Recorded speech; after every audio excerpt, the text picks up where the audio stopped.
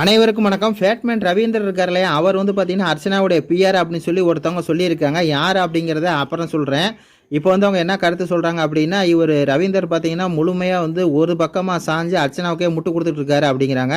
ஏன் அப்படின்னா வந்து அர்ச்சனா நிறைய தப்புகள் அந்த வீட்டில் வந்து பண்ணுறாங்க. அதை எதையுமே அவர் வந்து சுட்டி காட்ட மாட்டார். அதுலேயும் மெயினாக வந்து இந்த இவங்க மேட்ரு வினுசா மேட்ரை வந்து அவங்க தான் வாண்டடாக எடுத்தாங்க. அதை வந்து கமல் சார் வந்து கண்டிச்சார். இந்த மாதிரி வந்து இல்லாதவங்கள பற்றி பேச வந்து தவறு அப்படின்னு சொல்லி அவர் கண்டிச்சார். அதுக்கு வந்து பார்த்தீங்கன்னா இவர் வந்து ஓவராக வந்து முட்டு கொடுத்தாரு.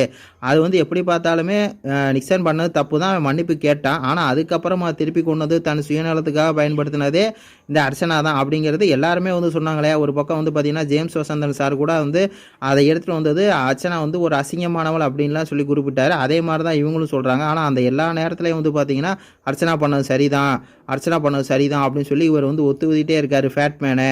அப்போ வந்து பார்த்தீங்கன்னா இவர் வந்து பிஆராக தான் இருக்கிறாரு அப்படிங்கிற மாதிரி ஒரு நியூஸ் வந்து வெளியே வருது. இவங்கெல்லாம் பிஆராக செட் பண்ணிட்டு தான் வந்து ஒருவேளை அர்ச்சனா உள்ளே வந்திருப்பாங்களோ. ஏன்னா எனக்கு சந்தேகம் வருது. தினேஷ் வந்து சொல்லியிருப்பார், 3 பிக் பாஸ் ஆரம்பிக்கும் போதே இவங்க உள்ளே வர வேண்டியவங்க, ஆனால் 30 நாள் சென்று வர்றாங்க அப்படின்னா அவங்க வெளியே வந்து பிஆர் எல்லாத்தையுமே வந்து செட் பண்ணிட்டு தான் வந்திருக்காங்க அப்படிங்கிற மாதிரி சொன்னார். அதுக்கேற்ற மாதிரியே வந்து பார்த்திங்கன்னா இவங்களும் வந்து சொல்கிறாங்க. இந்த மாதிரி தொடர்ந்து பார்த்திங்கன்னா அர்ச்சனா மேலே எந்த தவறு இருந்தாலும் அதை வந்து இவர் முட்டு கொடுப்பாரு ஃபேட்மேன் அப்படின்னு சொல்லி சொல்கிறாங்க.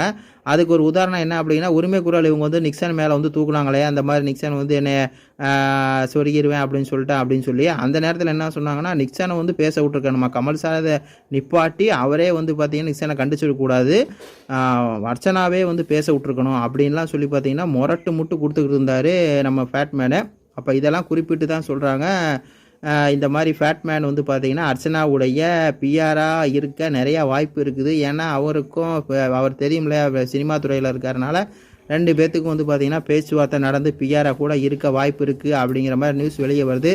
இது பற்றி உங்கள் கருத்துக்களை சொல்லுங்கள். அடுத்த வீடியோவில் அந்த பிஆர் அவங்க சொன்னது யாருங்கிறத சொல்கிறேன். நன்றி, வணக்கம்.